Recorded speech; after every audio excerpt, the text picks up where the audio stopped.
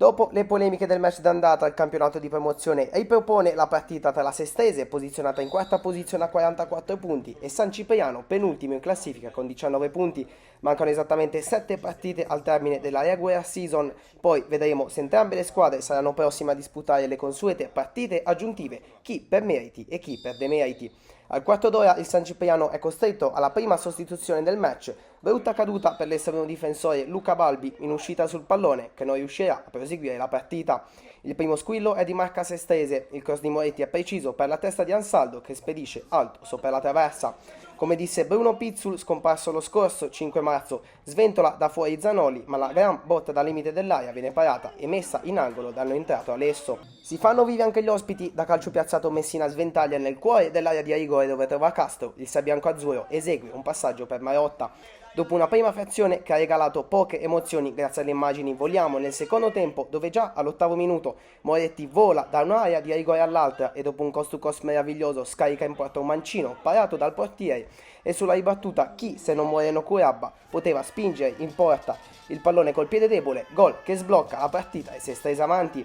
Risponde il San Cipriano che si rende pericoloso da calcio d'angolo con la zuccata di Craviotto terminata fuori di poco.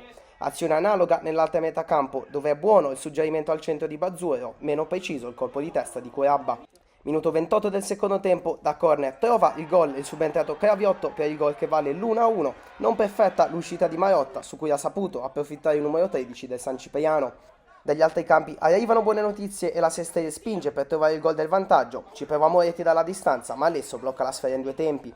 Colpo di scena quando mancano 5 minuti al termine, il tiro di Bazzuero sbatte sul braccio di Vaccaro, per l'arbitro non ci sono dubbi e indica il dischetto. Dagli 11 metri si presenta Curabba, il 10 verde stellato apre troppo il piattone e spedisce a lato. 4 giri lancette più tardi ci penserà Di Molfetta a ristabilire la situazione di vantaggio. Suscita molte polemiche la decisione della terna arbitrale di non assegnare il fuorigioco. Vi riproponiamo la moviola per consentire ogni giudizio. Sale la tensione e saltano anche i nervi di Montecucco che compie un fallo di reazione ai danni di Curabba. Per l'arbitro però si tratta solo di cartellino giallo. Dopo 5 minuti di extra time udiamo il triplice fischio. Una partita incredibile termina con il risultato di 2-1 in favore degli uomini di Mister Valmati che guadagnano 2 punti su Ponte Lungo e San Pierdarenese reduci da un pareggio. Non cambia invece la situazione nelle zone basse della classifica, ma c'è rammarico per il San Cipriano e io di aver lottato con onore su un campo ostico nonostante le assenze.